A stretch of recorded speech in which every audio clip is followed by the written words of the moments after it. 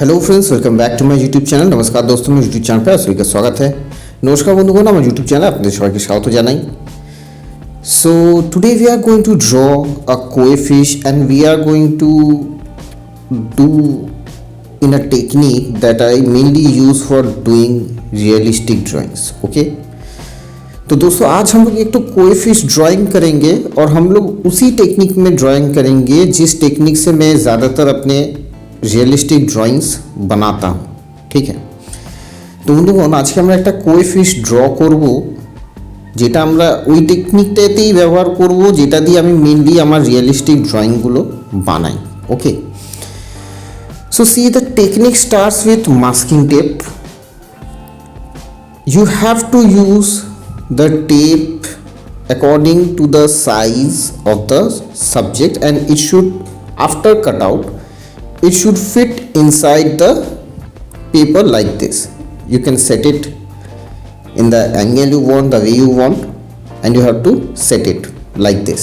Okay, तो दोस्तों देखिए हम लोगों ने मास्किंग टेप के ऊपर अपना जो मेन फिगर है, मेन जो फिश है, वो हमने ड्रॉ कर लिया। उसके बाद उसको कट आउट करके चिपका लेना है। देन हम लोग बाकी पूरा डिटेलिंग में जाएंगे। ठीक है, তো বন্ধুগণ দেখুন আমরা ফার্স্টে মাছটাকে একটা মাস্কিং টেপের উপর এঁকে নিলাম, তারপর আমি ওটাকে কাগজের উপর আটকে নিলাম, এরপর আমি বাকি আঁকাটা করব। ঠিক আছে, C whenever I am blending, I am going to the very edge of the masking tape so that when I remove the tape there should not be any gap or there should not be any difference of color, okay, from various layers. It should go to the very edge. All you have to do when you remove the masking tape is just fill out that space as nicely as possible. तो दोस्तों देखिए जब मैं blending कर रहा हूँ मैं कोशिश कर रहा हूँ कि एकदम एज तक जाने के लिए। ठीक है, कोई भी गैप नहीं छोड़ना है, एकदम पूरा भर देना है। ऐसा ना हो कि कहीं पे गैप रह गया या फिर कहीं पे कलर का डिफरेंस हो गया, काफ़ी सारे लेयर गिरेंगे ना, तो ऐसा नहीं होना चाहिए। हम लोग को एकदम कोना कोना उसका भर देना है ताकि जब हम लोग मास्किंग टेप निकालेंगे तब हम लोग का सिर्फ एक ही काम रहेगा कि हम लोग को वो वाला स्पेस सिर्फ भरना है जितना अच्छे से पॉसिबल हो। ठीक है, समझ में आया? তো বন্ধুগণ দেখুন আমি যখন এখানে ব্লেন্ডিং করছি আমি কি করছি, একেবারে কর্নারগুলো যেখানে মাস্কিং টেপের একদম কর্নার অবধি আমি পুরো ভরে দিচ্ছি, কোনো কিন্তু একদম গ্যাপ ছাড়ছি না, কোথাও কোনো গ্যাপ ছাড়া যাবে না, একদম পুরোপুরি ভরে দিতে হবে।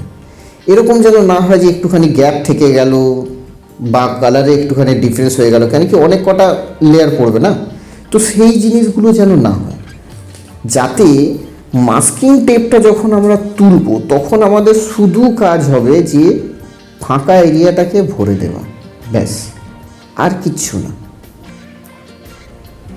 So the advantage of doing this technique is that you don't have to worry about getting sharp edges on the main subject. As you are blending and as you are going to the very edge of the masking tape or the cutout, it's already getting a sharp edge by default. When you will remove the masking tape you will see that you have a very sharp outline of your subject,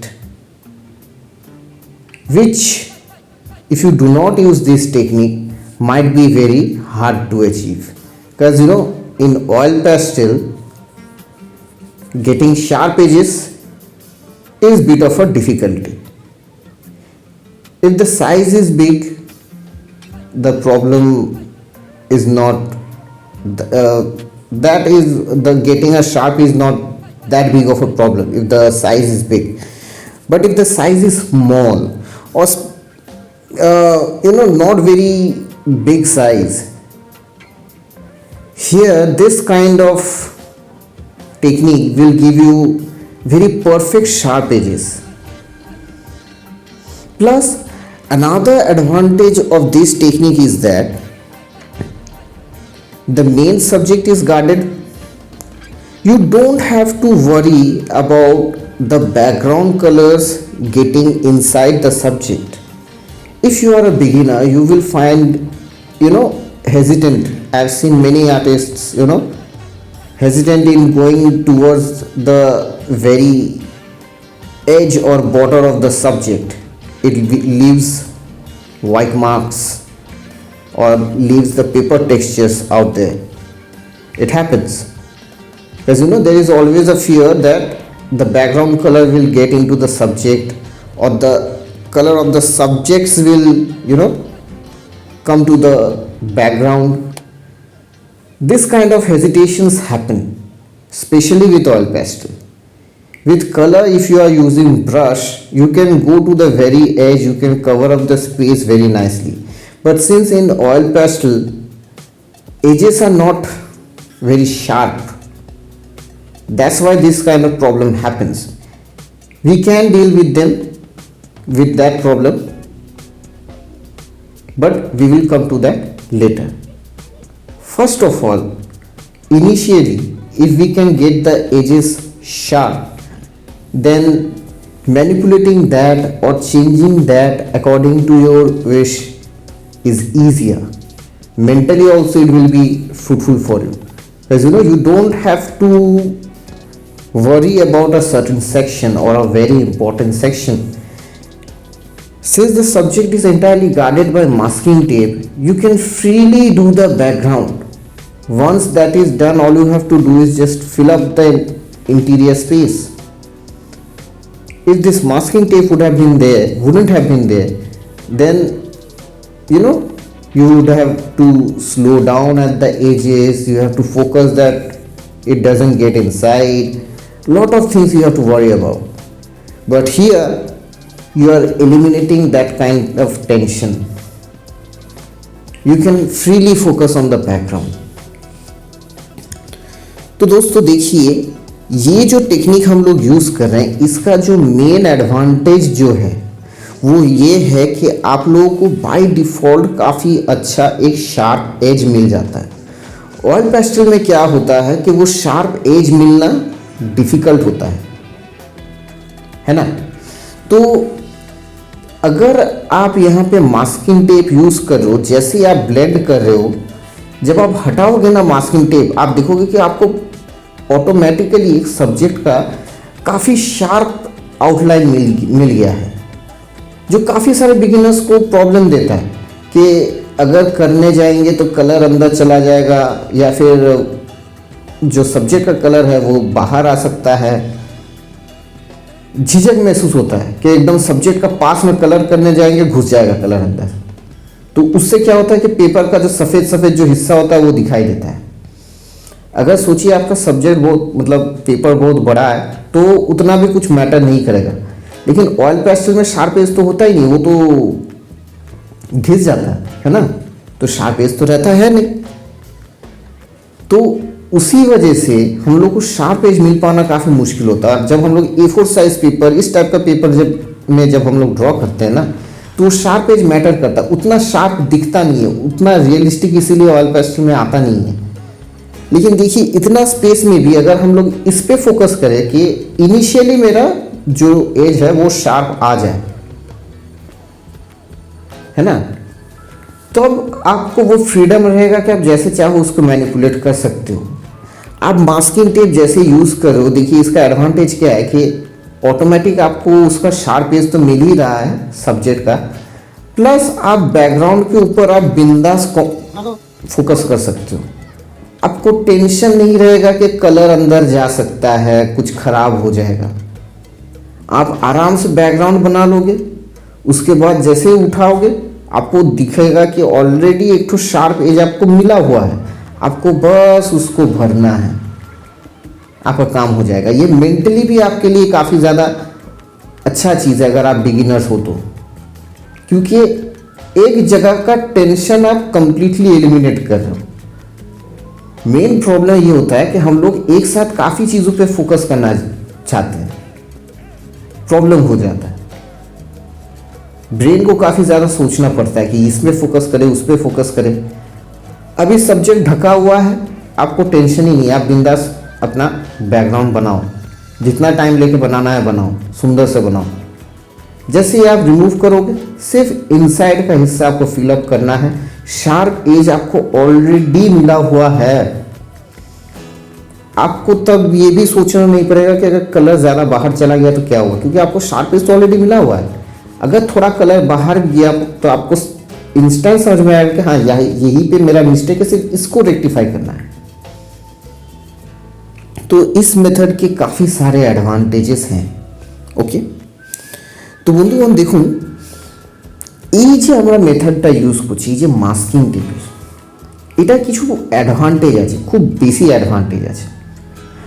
oil pastel যেহেতু ভোতা হয়, ঠিক আছে, ঘষে যায় তো না use করতে করতে, তো দেখবেন যে শার্প এজ পাওয়া যায় না, একটা একদম স্ট্রেট কাট একটা লাইন একদম সুন্দর, যেরকম আমরা ব্রাশে যেগুলো পাই, ঠিক আছে, ব্রাশ দিয়ে আমরা খুব সুন্দর একদম কাটা কাটা একদম লাইন তৈরি করতে পারি, কিন্তু অয়েল প্যাস্টেল দিয়ে হতে চায় না, এখানে একটু ছাড়া ছাড়া লাইন আসে। এই জিনিসটা প্রবলেম ক্রিয়েট করে। আপনাদের আঁকা যদি বড় হয় তাহলে খুব একটা প্রবলেম হবে না, কিন্তু আমরা মেহেন্দি তো এ4 আঁকি, তখন এই জিনিসগুলো বোঝা যায়। আপনাদের দেখবেন যদি আপনারা বিগিনার হন, একদম সাবজেক্টের কাছাকাছি দেখবেন রং করতে গিয়ে আপনাদের একটু হাত কাঁপবে, একটু ভয় লাগবে, রং ভেতরে যে ঢুকে যায়, বা সাবজেক্টটা রং করতে গিয়ে তার রংটা যদি বাইরে আসে, ঠিক ওই একদম কর্নারগুলোতে একদম এজগুলোতে গিয়েই ওই প্রবলেমগুলো আসে। এই টেকনিকে লাভটা হচ্ছে, আপনি যেই মাস্কিং টেপ বসিয়ে দিচ্ছেন, আপনি যখন ব্যাকগ্রাউন্ডে ব্লেন্ডিংটা করছেন তখন অটোমেটিক্যালি আপনার শার্প এজ চলে আসছে। অয়েল প্যাস্টেলের যেটা মেন একটা ডিসঅ্যাডভান্টেজ আছে, সেটাকে আপনারা পুরোপুরি সরিয়ে দিচ্ছেন, কনসিডারেশনই নিতে হচ্ছে না, জাস্ট ব্যাকগ্রাউন্ডের উপর ফোকাস করতে হচ্ছে। তখন এটার লাভ হচ্ছে কি, ধরুন এই যে যখন আপনারা মানে শার্প এজ পাওয়া যাচ্ছে, সেটা তো একটা অ্যাডভান্টেজ তো বটেই, তাছাড়াও সাবজেক্ট আমাদের ঢাকা আছে, কভার করা আছে, আমাদের সাবজেক্টকে নিয়ে আর ভাবতেই হচ্ছে না। আমরা কি করছি, পুরোপুরি ব্যাকগ্রাউন্ডের উপর ফোকাস করছি, ব্যাকগ্রাউন্ডটা যত ভালোভাবে পাচ্ছি, টাইম নিয়ে আমরা বানাচ্ছি, আমাদের টেনশনই নেই যে আমাদের ভেতরে কিছু ঢুকে যাবে। যেমন খুশি আমরা স্ট্রোক দিতে পারি, কোনো ব্যাপার না, ঢাকা আছে, কাজ হবে, মাস্কিং টেপটা তুলবো, দেখা যাবে ভেতরটা পুরোপুরি শার্প এজ। ওটাকে ভরার জন্যও যে ভরতে গেলেও যে শার্প এজগুলো লাগে, অলরেডি আছে, অলরেডি এসে গেছে। এটা বিগিনার হিসাবে আপনাদের মেন্টালিও আপনাদের খুব হেল্প করবে। কি হয়, যদি আপনারা ধরুন একসাথে অনেক কিছুর উপর ফোকাস করতে চান, কনফিউজ হয়ে যাবেন, সাবজেক্টের উপর ফোকাস করবেন না ব্যাকগ্রাউন্ড করবেন, আগে ব্যাকগ্রাউন্ড করবেন না আগে সাবজেক্ট করবেন, অনেক কনফিউজিং হয়ে যাবে। কিন্তু এই জিনিসটা করলে আপনাদের আর টেনশন নিতেই হচ্ছে না, আপনি ডাইরেক্ট ব্যাকগ্রাউন্ডের উপর ফোকাস করছেন, হয়ে গেল, ডাইরেক্ট সাবজেক্টের উপর ফোকাস করছেন। তো এই জিনিসটা আরও ইজি করে। আর এই শার্প লাইন যেগুলো আনতে গিয়ে আমাদের অয়েল প্যাস্টেলে অসুবিধা হয়, সেই প্রবলেমটা খুব ইজিলি আমাদের সলভ হয়ে যায়। নাও see, I have gone little bit into the background. Most of the plants which I am showing in the background, see, they have a very blurred effect. The plants which are under water, okay, they will have a gloomy kind of a tone. They won't be very bright because they are underwater. The light is not reaching them completely. Plus the focus is the fish, so everything in the background should be blurred. Some of the plants which are very close, which are very nearby, they will be little bit prominent, but not too much, not way too much. Why? Because they are floating in the water. Some part might have gone down inside the water. That part won't be very clearly visible. That part will again be blurred. So there will be sharp edges, but not too much. This is how you show the effect of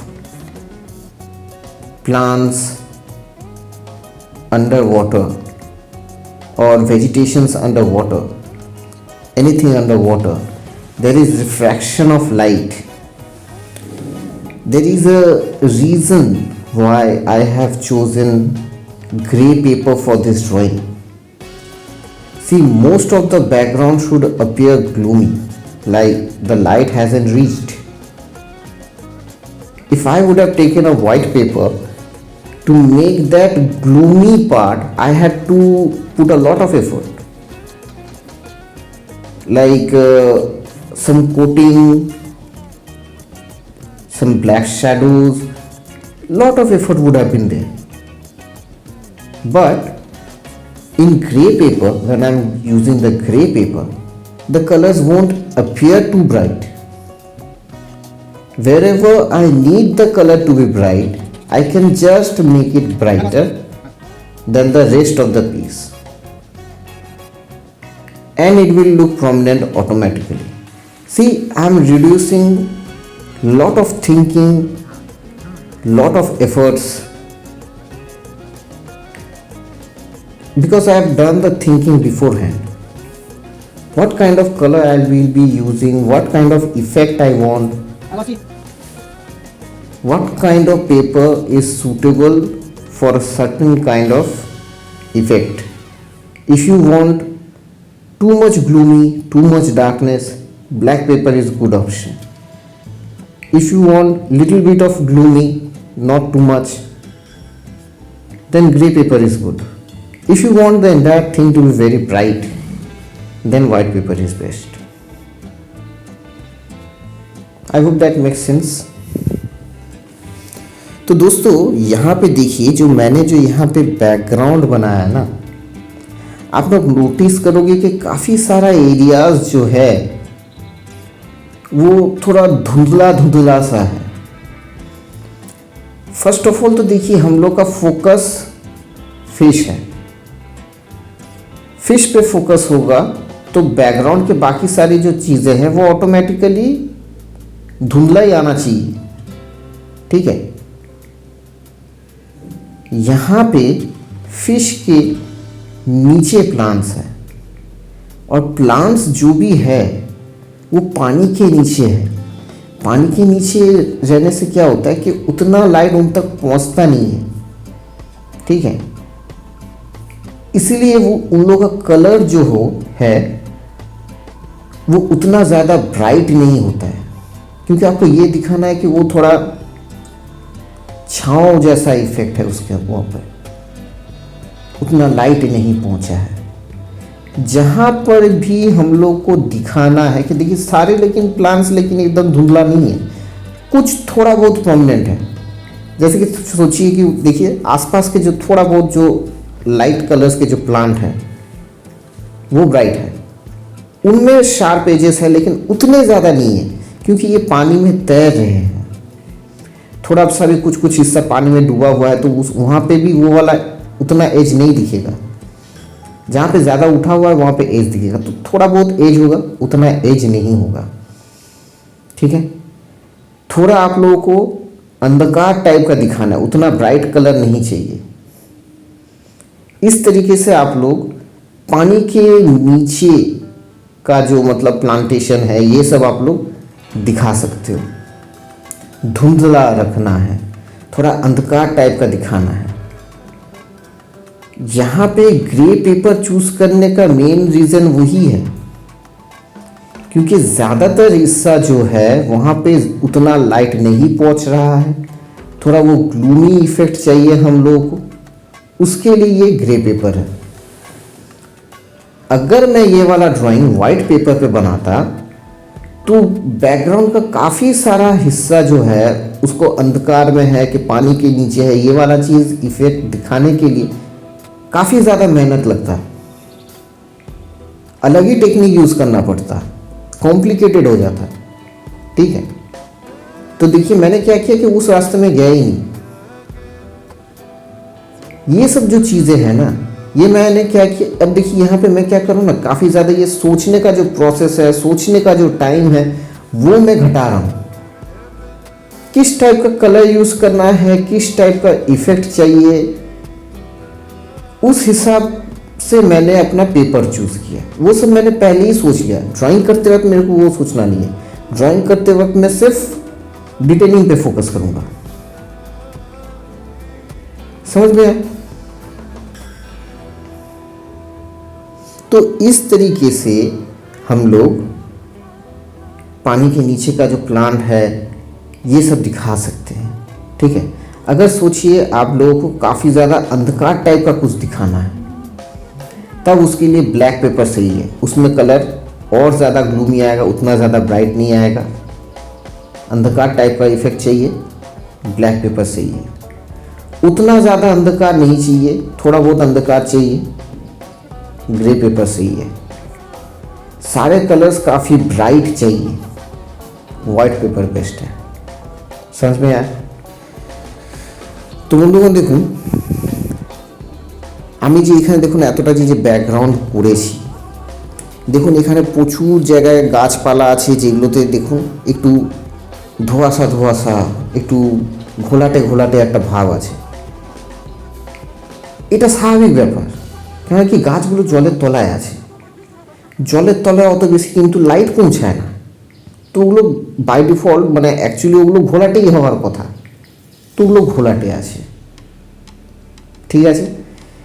কিছু পাতা যেগুলো একটু জলের উপরে ভাসছে ওগুলো তো bright হবে, আমরা জাস্ট ওগুলোকে ব্রাইট বানাচ্ছি। সেটাতে কিন্তু যে আমরা যে একদম শার্প এজ হবে সেটাও না, কিন্তু কিছু কিছু জায়গায় শুধু শার্প এজ হবে। কিন্তু কি কিছু পাতা তো জলের মধ্যে তো ভাসছে, একটু জলের মধ্যে তো ডুবে থাকবে পাতাগুলো, তো সেই জায়গাগুলো কি থই না শার্প এজ দেখা যাবে, কিছু কিছু জায়গায় দেখা যাবে। এবার দেখুন এই যে ঘোলাটে যে ব্যাপারটা আছে, ঠিক আছে, এইখানে যে আমি গ্রে পেপারটা ব্যবহার করছি সেটারও কিন্তু মেন কারণ হচ্ছে যে আমাদের এই ঘোলাটে ব্যাপারটা অনেকটা পোর্শন ধরে আছে। ব্যাকগ্রাউন্ডটা প্রায় ম্যাক্সিমামটাই ব্লার ইফেক্ট আছে, ঘোলাটে একটা ব্যাপার আছে। মাছটা তো আমাদের মেন সাবজেক্ট, বাই ডিফল্ট তো মাছ যদি আমাদের সাবজেক্ট হয়, ব্যাকগ্রাউন্ডগুলো তো আমাদের সব ধোঁয়াশাই হওয়া উচিত, ব্লাড হওয়া উচিত। তাছাড়াও লাইট কম ওই জায়গাগুলোতে, কম লাইট পৌঁছেছে, সেই জন্য কিন্তু গ্রে পেপারটা ব্যবহার করা। আমি যদি এই ড্রয়িংটাকে সাদা পেপারে যদি বানাতে যেতাম, একটা মেন প্রবলেম হতো যে অনেকটা এরিয়াকে আমাকে দেখাতে হতো জলের তলায় আছে, ঘোলাটে ব্যাপার আছে। এই জিনিসটা আনার জন্য কিন্তু আমাকে অনেক বেশি খাটতে হতো, অন্য ধরনের টেকনিক ব্যবহার করতে হতো, কমপ্লিকেটেড হয়ে যেত। আমরা কিন্তু এই জায়গাটা গেলামই না। এখানে একটা জিনিস লক্ষ্য করুন, আমি ভাবনার টাইমিং, এই কী করতে হবে কী না করতে হবে, এই জিনিসগুলোকে কিন্তু আমি কমিয়ে দিচ্ছি। কীভাবে? আমি আগেই জিনিসগুলো ভেবে রাখছি যে কী ধরনের কালার চাই, কী ধরনের আমার ইফেক্ট চাই, সেই অনুযায়ী আমি পেপারটাকে আমি চুজ করছি। আমার যদি খুব অন্ধকার টাইপের একটা কিছু দরকার হতো, আমি কালো পেপার ব্যবহার করতাম। ওখানে এমনিতেই সব কালারগুলো অত বেশি ব্রাইট আসে না, চাপা আসে, চাপা ভাবটা থাকতো। যেখানে আমার ডার্ক করা সেই জায়গাটা আমি ডার্ক করতাম, ব্যাস। হালকা চাপা দরকার কালারগুলো, খুব একটা না, গ্রে পেপার ঠিক আছে। সব কটা কালার আমার একদম ঝকঝকে চাই, হোয়াইট পেপার বেস্ট। এই ঘোলাটে ইফেক্টটার জন্য, এই ইফেক্টটার জন্যই কিন্তু এই গ্রে পেপারটাকে ব্যবহার করা। বোঝা গেল? নাও C, you already have sharp edges. The pencil I am using is Staedtler 8B extra dark black pencil, something like that. Mars Luminograph 8B black pencil. Okay. This pencil, the graphite of this pencil kind of blends with the oil pastel. You can do very nice black shading with it. If you do shading with it, another advantage of that pencil is that it won't make the thing black. Instead, it will mix with the oil pastel and give you a darker version, which is why that pencil is very good for detailing work, to show little bit of darkness, so shading. So it's a very important pencil. The graphite is very good. तो दोस्तों यहाँ पे देखिए, मैं जो black pencil use कर रहा हूँ, ये अभी जो मैं यूज़ कर रहा हूँ, ये है स्टेडलर का 8B ब्लैक पेंसिल या फिर एक्स्ट्रा डार्क पेंसिल, कुछ ऐसा है। इसका जो ग्राफाइट है वो काफ़ी अच्छा है। ये ऑयल पेस्टल के साथ काफ़ी अच्छे से मिक्स हो जाता है। ठीक है, इस पेंसिल को आप डिटेलिंग के लिए यूज़ कर सकते हो, जैसे कि मैं अभी कर रहा हूँ। ठीक है, इसका जो डस्ट है, ठीक है, वो भी काफ़ी अच्छे से ऑयल पेस्टल के साथ मिक्स हो जाता है। इसका खासियत क्या है, अगर आपको ये वाला पेंसिल आप शेडिंग के लिए यूज़ करोगे थोड़ा किसी भी ऑयल पेस्टल के ऊपर, ऐसा नहीं होगा कि ऑयल पेस्टल काला हो जाएगा। उल्टा ये ऑयल पेस्टल के साथ मिक्स होके जिस भी कलर के ऊपर आप यूज़ करोगे उस कलर का वो डार्कर वर्जन दिखाएगा। तो शैडोज़ बनाने के लिए, डिटेलिंग करने के लिए ये वाला पेंसिल बहुत अच्छा है, काफ़ी अच्छा है। Okay,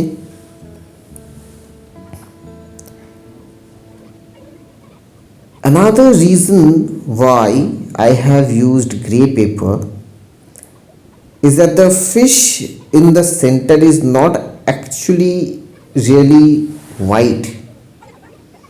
It has a white base, but very little portion of it is actually white. Most of the portion is, under shadow, or has a mixture of gray, or has fins and scales detailing, which is again in gray, which is why I use the gray paper. If you scratch out, the paper will be gray. You will be getting detailings of gray automatically. तो दोस्तों देखिए, यहाँ पे ये जो मैंने grey paper use किया है, इसका एक और रीज़न है। ठीक है, आप अगर फिश को देखोगे तो ये फिश में एक्चुअली सफ़ेद नहीं है। सफ़ेद इसका बेस ज़रूर है, ठीक है, इसका बेस ज़रूर सफ़ेद है, लेकिन काफ़ी कम हिस्सा है जहाँ पे ये एक्चुअली में वाइट है। ज़्यादातर पोर्शन इसका ग्रे के साथ मिक्सचर है। जो हिस्सा शैडो में है वो वाला ग्रे के साथ मिक्स होगा। फिन्स का, स्केल्स का जो भी डिटेलिंग है वो सब भी ग्रे में आएगा। अगर आप स्क्रैचिंग करके भी डिटेलिंग करना चाहो तब भी आपको बेस ग्रे में मिलेगा। यह है इसका एडवांटेज, इसलिए मैंने यहाँ पे ग्रे पेपर यूज़ किया है। ठीक है, तो বন্ধুগণ দেখুন, এখানে গ্রে পেপারটা ব্যবহার করার কিন্তু আরও একটা ইম্পর্টেন্ট কারণ আছে। এই যে মাছটায় কিন্তু সাদা বেস আছে ঠিকই, কিন্তু ওটা কিন্তু অ্যাকচুয়ালি সাদা না। কিন্তু অ্যাকচুয়াল সাদা মাছটার মধ্যে খুব কম জায়গা আছে। ম্যাক্সিমাম জায়গায় সাদাটা গ্রের সাথে মিক্স হয়ে আছে। মাছের যে পাখনাগুলো আছে, আঁশগুলো যেগুলো আছে, সেই যে ডিটেলিংগুলো সেগুলো গ্রেতে আছে। যদি আপনি স্ক্র্যাচিং করেও ডিটেলিং করতে যান তখনও কিন্তু আপনি নিচের বেসটা কিন্তু গ্রে পাবেন। এই অ্যাডভান্টেজ আপনার ন্যাচারাল গ্রে পেয়ে যাবেন ডিটেলিংয়ের সময়। এই ন্যাচারাল অ্যাডভান্টেজগুলোর জন্য কিন্তু এখানে গ্রে পেপারটা ব্যবহার করা হয়েছে। ওকে, so see, I am just giving little bit of the pattern of the scales. As soon as I am making it little bit dark, see, by default or automatically the detailing of the scales are appearing. Now all I have to do is add little bit of highlight, but light tone, mid tone and dark tone has to be maintained. So see, I used flame red as medium darkness, medium brightness, and then I used yellow for the highest darkness. Now see, you are getting the entire 3D effect. तो दोस्तों यहाँ पे देखिए, जो मैं fins का जो detailing कर रहा हूँ, फिन्स का जो मतलब जो पैटर्न है वो मैं थोड़ा बहुत रॉ एम्बर से कर रहा हूँ। ठीक है, जैसे मैं पेंसिल से उसको थोड़ा बहुत डार्क करूँगा, ऑटोमेटिक देखिए उसका जो स्केल्स का जो इफेक्ट है वो उभर के आना स्टार्ट हो जाएगा। अब मेरा सिर्फ एक ही काम है, उसमें थोड़ा सा डिटेलिंग और ऐड करना है, रिफ्लेक्शंस ऐड करेंगे, लेकिन उसमें भी हम लोग light tone mid tone maintain करेंगे। तो मैंने फ्लेम रेड यूज़ किया मीडियम ब्राइटनेस दिखाने के लिए और येलो यूज़ किया मैक्सिमम ब्राइटनेस दिखाने के लिए। अभी देखिए ऑरेंज वाला पोर्शन में आपको पूरा वो स्केल्स का जो इफेक्ट है वो प्रोमिनेंट आपको समझ में आएगा। তো দেখুন এই যে অরেঞ্জের যে পোর্শনটা করলাম সেটার উপর আমি র এম্বার দিয়ে কি করলাম, যে জাস্ট এই যে ডিটেলিংয়ের যে মানে স্কেলসের যে মানে আঁশের যে প্যাটার্নটা আছে সেটাকে আমি করলাম। দেখবেন যেই আমি ওটাকে একটু ডার্ক করছি পেন্সিলটা দিয়ে, অটোমেটিক স্কেলসের বা ওখানে আঁশের যে প্যাটার্নটা ওটা বোঝা যাচ্ছে। এবার 3D দেখাতে হবে, রিফ্লেকশন দরকার। কিভাবে করব? ফার্স্ট টাইম ফ্লেম রেড দিয়ে দিলাম মানে মিডিয়াম ব্রাইটনেস, এবার হলুদ দিয়ে দিলাম এক্সট্রা ব্রাইটনেস, অটোমেটিক দেখুন পুরো 3D আর মাছের যে আঁশের যে পুরো ইফেক্টটা সেটা কিন্তু এসে গেছে। বোঝা গেল? You see, I am using a brush. You see, I just now used a brush. I am applying the graphite dust of the black pencil which I am using. Okay, see, it's giving a very nice shadow effect. It's mixing with the oil pastel and giving this effect. Like I said earlier, that the pencil is very important tool. It's very useful. See how nicely and how beautifully the effects came out. The graphite mixes with the oil pastel, especially when the detailings are all done. Like you have given the reflections already. All you need to do is show that some of the portion is in the darkness. You just apply this graphite dust with your brush and it will give a very fine effect of those shadows. It won't decolorize or change the color. It won't change the color. It will just make it gloomy, which is the natural effect of the shadows. तो दोस्तों थोड़ी देर पहले आपने देखा कि मैं brush use कर रहा हूँ, घिस रहा हूँ तो वहाँ पे काला हो रहा है। वो क्या है? वो ग्राफाइट डस्ट है। जो मैं ब्लैक पेंसिल जो यूज़ कर रहा हूँ ना उसका डस्ट है। उसका डस्ट काफ़ी ज़्यादा इफ़ेक्टिव है, वो ऑयल पेस्टल के साथ मिक्स हो जाता है।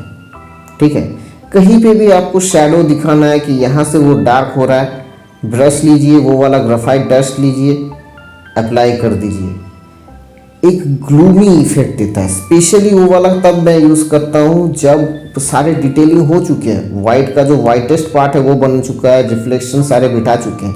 अब सिर्फ आपको दिखाना है कि ये थोड़ा बहुत वो डार्कनेस की तरफ जा रहा है, लेकिन कलर चेंज नहीं होना चाहिए। अगर आप ब्लैक दोगे कलर चेंज हो जाएगा।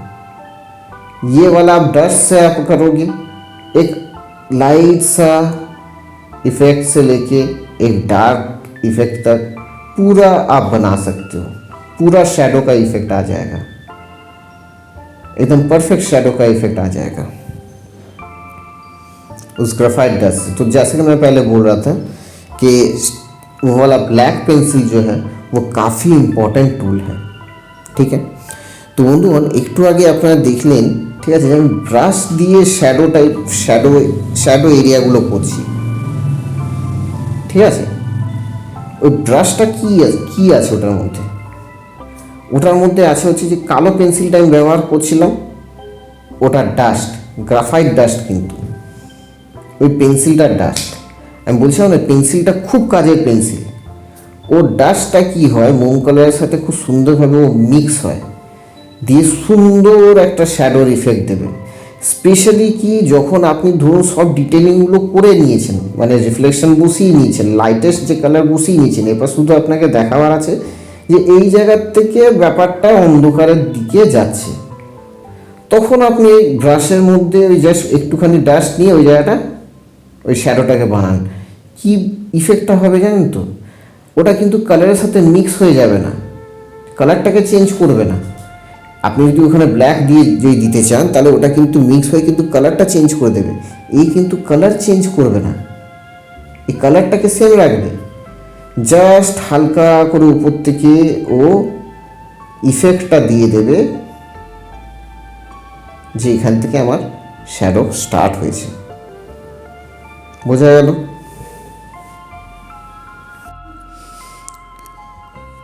See, I'm using the white gel pen.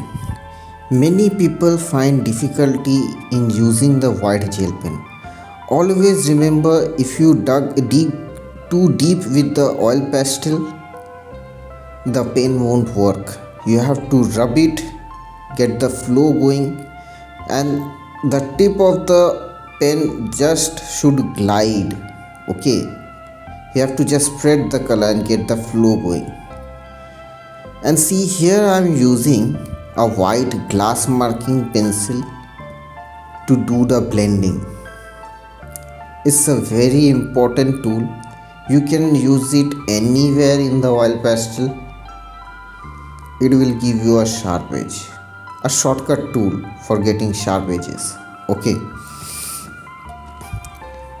तो दोस्तों देखिए, मैं यहाँ पे वाइट जेल पेन यूज़ कर रहा हूँ। काफ़ी लोग वाइट जेल पेन यूज़ करने में दिक्कत होती है, ठीक है। तो वाइट जेल पेन जो है उसको अगर आप ज़्यादा घुसा दोगे अंदर तो वो काम नहीं करेगा। आपको पहले उसको घिसना है, उसका फ्लो चालू करना है, उसके बाद आपको उसको यूज़ करना है हल्के से, एकदम हल्के हाथों से वो यूज़ होगा, ठीक है। कलर जो है सिर्फ वो, मतलब वाइट इंक जो है वो सिर्फ स्प्रेड हो जाएगा हल्के से, ठीक है। वो फ्लो आपको मेंटेन करना है। और एक पेंसिल जो मैं यहाँ पे यूज़ कर रहा हूँ वाइट कलर का, वो वाइट ग्लास मार्किंग पेंसिल है। आप देखोगे कि मैं वाइट का जो ब्लेंडिंग कर रहा हूँ उसी से कर रहा हूँ।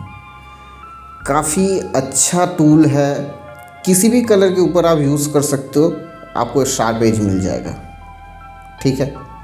एक शॉर्टकट टूल है, कहीं पे भी आप यूज़ करोगे शार्प एज मिल जाएगा, आपको काम हो जाएगा। समझ में आया? তো বন্ধুগণ দেখুন, আমি এখানে হোয়াইট জেল পেন ব্যবহার করছি। অনেকজনেরই কিন্তু হোয়াইট জেল পেনটা ব্যবহার করতে অসুবিধা হয়। মাথায় রাখবেন, বেশি প্রেশার ইউজ করবেন, বেশি অয়েল প্যাস্টেলের ভেতরে ঢুকে যাবে তো কিন্তু পেন কিন্তু চলবে না। পেনটা ব্যবহার করার জন্য কী করতে হবে, আগে ঘষতে হবে, আগে ফ্লোটাকে চালু করতে হবে ইঙ্কের, তারপর জাস্ট হালকা করে টাচ করাতে হবে অয়েল প্যাস্টেলের উপর, আর ওটাকে শুধু স্প্রেড করে দিতে হবে। কালারটা যাও বেরিয়েছে দিয়ে একটু আধটু যেই ঘষবেন ওই কালার উপর হালকা হাতে, দেখবেন বুঝতে পারবেন যে ফ্লোটা স্টার্ট হয়ে গেছে। এবার ফ্লোটা যেই হবে ওই শুধু ওইটাকে শুধু স্প্রেড করে দিতে হবে, ওই ইঙ্কটাকে স্প্রেড করতে হবে, ফ্লোটাকে চালিয়ে রাখতে হবে, ব্যাস। তাহলেই আপনার কাজ হবে। আরেকটা যেটা দেখুন আমি এখানে যেটা ইউজ করছি, এটা হচ্ছে হোয়াইট গ্লাস মার্কিং পেন্সিল। এটা ভেঙে গেছে, আমি সামনেটা ধরেই চালিয়ে দিয়েছি, ঠিক আছে। তো এটা হচ্ছে হোয়াইট গ্লাস মার্কিং পেন্সিল। এটা দিয়ে দেখুন আমি হোয়াইটটাকে ব্লেন্ডিং করছি। এটা কিন্তু সব কালারের উপর ব্যবহার করা যায়। আপনাকে শার্প এজ দিয়ে দেবে, একদম এজগুলোতে ঘষবেন, শার্প এজ আপনি পেয়ে যাবেন। একটা shortcut tool just. Another advantage I can tell you of the white glass marking pencil. Suppose you need a sharp edge, okay. If it's on the side where the reflection is falling, you can, even use the white glass marking pencil with pressure so that you get that whitish tone of the reflection. Other side should be in the dark, there you can use the black pencil to give the sharp edge. तो दोस्तों इस pencil का और एक मैं advantage बताता हूँ कि सोचिए कि आप जिस साइड पे यूज़ कर रहे हो उसी साइड पे रिफ्लेक्शन भी गिर रहा है, तो आप इसको ज़्यादा प्रेशर से भी यूज़ कर सकते हो। थोड़ा वाइटिश जो इफेक्ट आएगा उससे आपको वो रिफ्लेक्शन दिखाने में भी हेल्प हो जाएगा। दूसरा साइड इसका मतलब शैडो में है, रिफ्लेक्शन नहीं पहुँचा वहाँ पे, वो शैडो में है, वो वाला हिस्सा वहाँ पे शार्प एज के लिए वो वाला ब्लैक पेंसिल यूज़ कर सकते हो, आपका डिटेलिंग हो जाएगा। समझ में आया? तो বন্ধুগণ দেখুন এই সাদা পেন্সিলে, সাদা যে হোয়াইট গ্লাস মার্কিং যে পেন্সিলটা আছে, এটা আমি আপনাকে আরেকটা অ্যাডভান্টেজ বলছি। ধরুন আপনি যে সাইডটা রিফ্লেকশন পড়েছেন ওই সাইডে আপনি এটাকে ইউজ করছেন, আপনি কিন্তু এটাকে একটু বেশি প্রেশার দিয়েও ইউজ করতে পারবেন, মানে জাস্ট একটু রিফ্লেকশনটাও বোঝানোর জন্য এটা ব্যবহার হয়ে যাবে। একটু সাদাতে ইফেক্টটা আসবে তো রিফ্লেকশনও বোঝানো যাবে। এবার ধরুন উল্টো সাইডটা, যেদিকে রিফ্লেকশন পৌঁছায়নি, অন্ধকার দিকটা আছে, ওই সাইডে কিন্তু শার্প লাইনের জন্য আপনি ব্ল্যাক পেন্সিলটাকে ব্যবহার করতে পারবেন। হয়ে গেল। Breaking the oil pastel is also good for sharp edge. Oil pastel को तोड़ के यूज़ करना भी अच्छा टेक्निक होता है शार्प एज के लिए, ठीक है। तो ऑयल पेस्टल আপনারা কিন্তু ভেঙেও ব্যবহার করতে পারেন শার্প এজের জন্য, ঠিক আছে। So friends, this was the tutorial for the koi fish. If you like this video, please give this video a thumbs up, subscribe to my channel and don't forget to press the bell notification because I upload new videos every week. So until next time, goodbye. तो दोस्तों कोई fish का tutorial इतना तक ही था। अगर आप लोगों को वीडियो अच्छा लगा है तो लाइक कीजिए, कमेंट कीजिए, सब्सक्राइब कीजिए और बेल नोटिफिकेशन दबाना बिल्कुल मत भूलिएगा, क्योंकि एवरी वीक मैं नए वीडियोस अपलोड करता हूँ। तो मिलेंगे अगले ट्यूटोरियल में, तब तक के लिए गुड बाय। तो बंधुगण ट्यूटोरियल एतटाई छिलो। যদি ভালো লেগে থাকে তাহলে লাইক করুন, কমেন্ট করুন, সাবস্ক্রাইব করুন আর বেল নোটিফিকেশন দাবাতে একদম ভুলবেন না, কারণ এভরি উইক আমি নতুন ভিডিও আপলোড করি। দেখা হচ্ছে নেক্সট টিউটোরিয়ালে, ততদিনের জন্য গুড বাই।